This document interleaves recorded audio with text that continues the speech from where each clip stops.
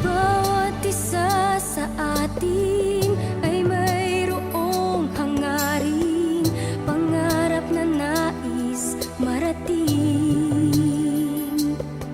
Ngunit bakit ba hinihintay bukas na darating? Bakit ba ugali di pabaguhin? Ngayon at di na bukas, galing mo ay pamalas, limutin ang nakalipas.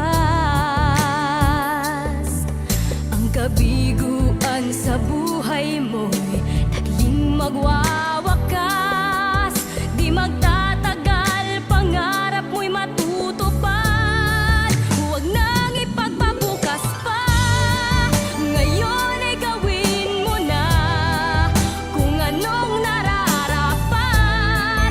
Ikaw ang magpapasya, isipin mong laging panahon ay mahalaga.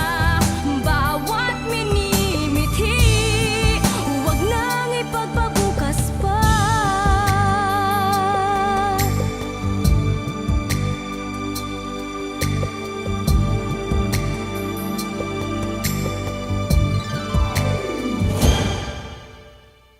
Ngayon at di na bukas, galing mo ay pamalas, limutin ang nakalipas.